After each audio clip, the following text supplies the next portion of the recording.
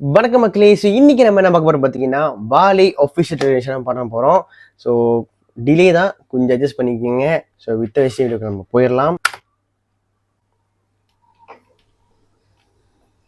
ஒரே ஜெயின் விளங்குறாங்க. ஓகே,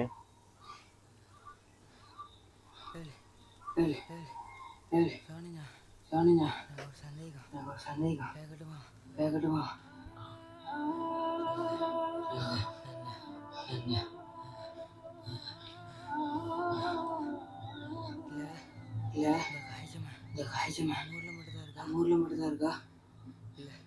இல்ல உலகம் பூரா இருக்காள? ஓகே, திஸ் இஸ் மாரி செல்வராஜ். இல்ல வேற எந்த ஊர்லயும் காய்ச்சல் இல்லைண்ணா. அவன் அந்த ஊரை பார்த்து வரலாம்ல, அதான் கேட்டேன்.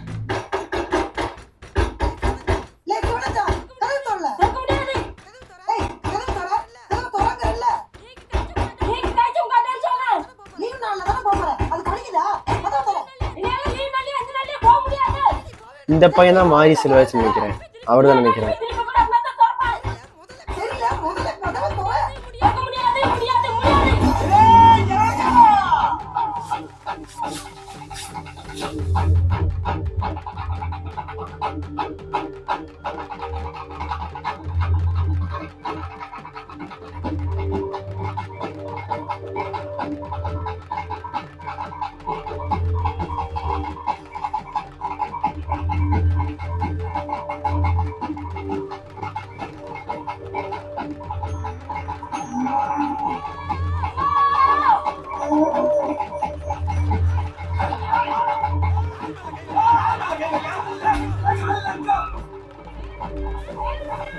Ambedkar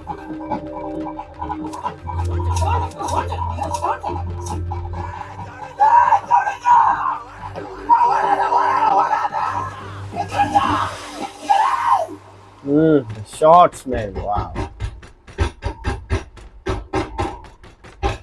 Vale, okay.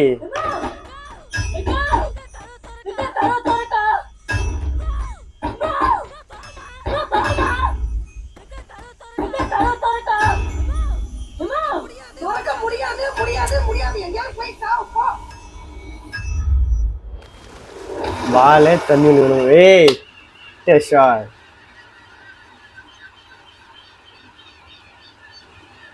ஏய், நல்லா இருக்கியா? நல்லா இருக்கு.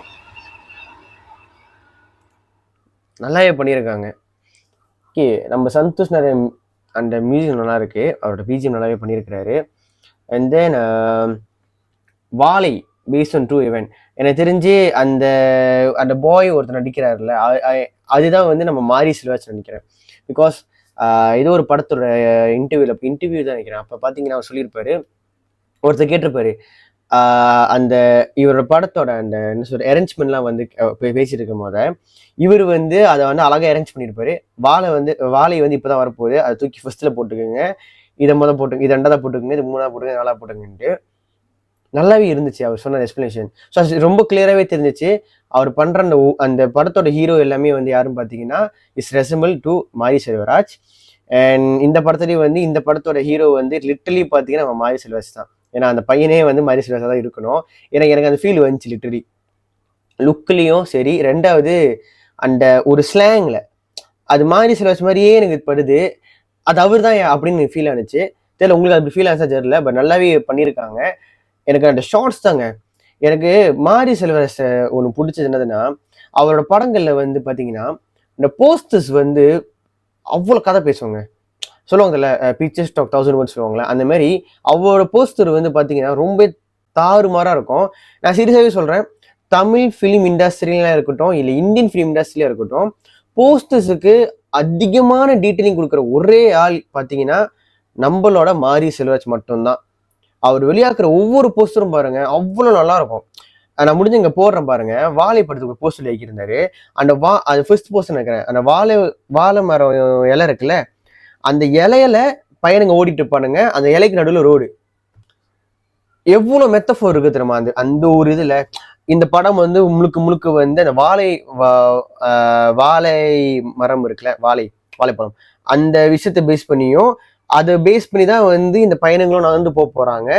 அந்த ஒரு நீட்டு பாதை காமிச்சிருக்காருல்ல, அதுதான் வந்து படத்துல வந்து இப்ப ட்ரெயிலர்ல காமிச்சிருக்காங்க. அந்த நீட்டு பாதையில் நடந்து போறாங்களா, அதுதான் காமிச்சிருக்காங்க. ஸோ அந்த ஒரு போஸ்டர்ல எந்த அளவுக்கு மெனக்கெடல்கள் காட்டுறாங்க பாருங்க. ஏன்னா அவ்வளவு நல்லா இருக்குங்க.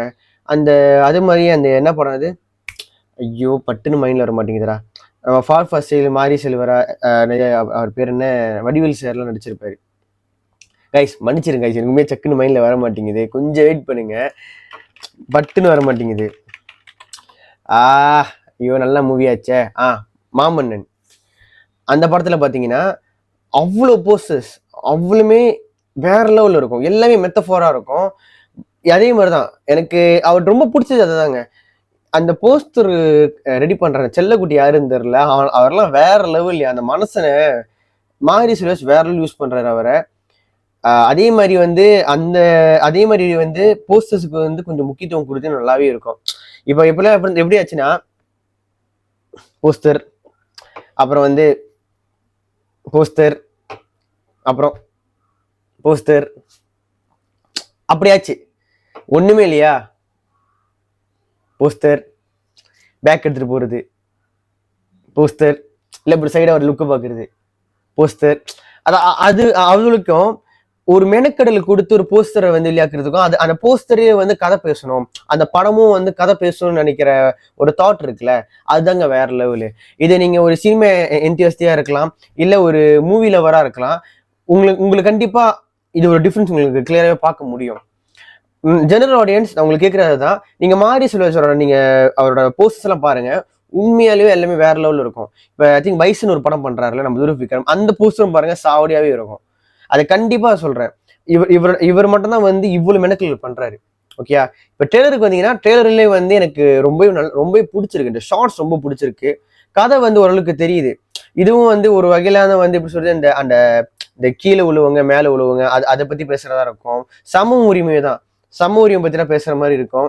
இன்னமும் வந்து அந்த ஐ திங்க் அந்த வாழையை வெட்டிட்டு போறாங்களே, அது வந்து ஒரு பெரிய நீண்ட தூர பயணமா இருக்கலாம். அதெல்லாம் நிறைய இழப்புகள் இருக்கலாம். அப்புறம் அதிகமான ஒரு வேலையா இருக்கலாம். அங்க வந்து சொல்றது ஒரு லோரிலாம் வராம இவங்களே சுமந்துட்டு போறாங்க. அப்படி ஸோ வந்து வாகனங்கள் எதுவும் இல்லாம இருக்கலாம். அப்புறம் வந்து நேர்பாதையில போனா சீக்கிரமா போயிடலாம். பட் மேபி அங்கே ஒரு நில பிரச்சனையோ இல்லை இனம் பிரச்சனை இருக்கிறதுனால வந்து இவங்க வந்து இன்னொரு பாதையில ஒரு என்ன சொல்ற ஒரு ஆற்று பாதையில கடந்து போறாங்க. அதெல்லாம் கதை தெரியுது, ஓரளவு கதை என்னால யூகிக்க முடியுது. இது என்ன கதைன்னா, இந்த படம் வந்து மக்கள்கிட்ட போய் நல்லாவே சேரணும்னு தான் என்னோட ஆசையும் கூட. பட் பார்க்கலாம் என்ன வந்து மாரி செல்வராஜ் பண்ணியிருக்காருன்ட்டு, என் மக்கள் என்ன முடிவு பண்றாங்கன்னு வெயிட் பண்ணி பார்ப்போம். ஸோ இந்த ரேஷன் பிடிச்ச லைக் பண்ணுங்க, ஷேர் பண்ணுங்க. அண்ட் மாரி செல்வராஜ் போஸ்டரை பத்தி என்ன நினைக்கிறீங்கன்னு சொல்லிட்டு கண்டிப்பா கமெண்ட்ஸ் சொல்லி நான் தெரிஞ்சுக்கிறேன். முடிஞ்சா அதுக்கு தனியாக நான் கண்டினியூ போடுறேன். இன்னொரு மூவி பார்க்கலாம். பாய்.